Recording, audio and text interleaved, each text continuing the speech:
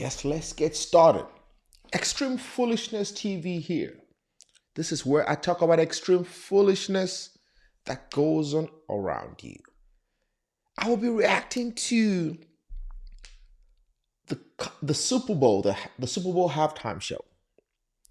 However, I will not be reacting to the performance, but I'll be reacting to the negative commentary that I've been hearing about the Super Bowl. A lot of the negative commentary have been coming from folks from Fox News and some extreme right-wing folks. And I want to use my legal and extreme foolishness analysis to debunk some of their arguments and commentary about the Super Bowl. First of all, a lot of these folks have been calling the Super Bowl a woke event. I do not get it. The language woke or the word woke is now like an umbrella term to disparage any policy that promotes diversity and or inclusiveness. If you have anything that promotes diversity or inclusiveness, they're going to say, oh, it's woke. The Super Bowl is woke. If they support people to freely protest, oh, it's woke. Black people to protest, it's woke. If they bring black performers to perform in a halftime show and have hip hop music as the main event in the Super Bowl halftime show, oh, it's woke. First of all, the Super Bowl happened in LA. The LA Rams were playing.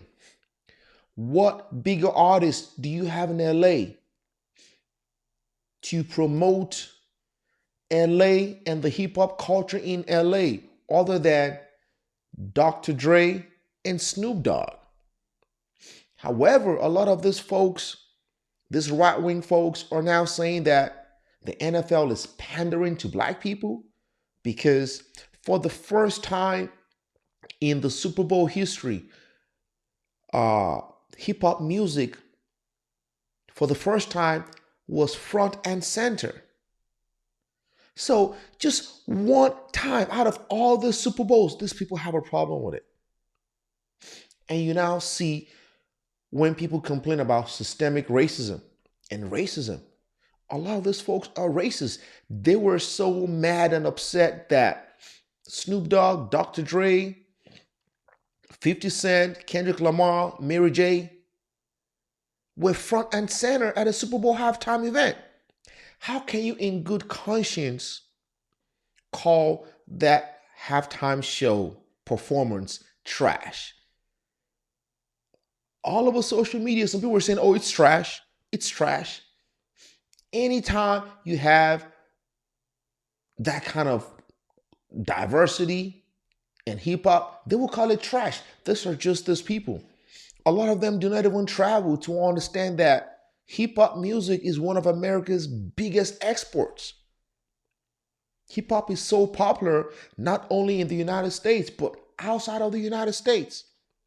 A lot of hip hop artists are global icons. You want to talk about Snoop Dogg, Tupac, and the list goes on and on. First of all, they said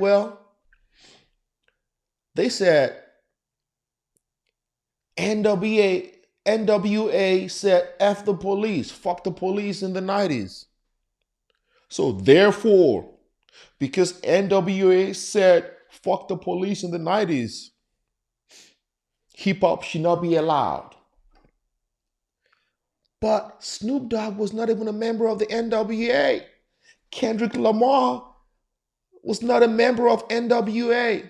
Mary J. Blige was not a member of NWA. It was only Dr. Dre. And that was pretty much his First Amendment right to protest what the police were doing to folks in LA at the time. The way these people are trying to act like they're supporting the police, you would think they love the police so much. Anytime it fits a narrative to attack black people, they will claim they love the police. They will claim that they are back in the blue. But we all saw what happened on January 6th, 2021, when a certain faction of the Republican Party attacked the U.S. Capitol, broke into the U.S. Capitol, and killed police officers. You never heard all this so-called police lovers come to the aid of police officers. They were still supporting the mob that killed these police officers. That lets you know that they don't really love the police like that. They only claim to love the police when it supports a narrative. Because the police officers that spoke against the rioters and spoke against the mob, they got criticized.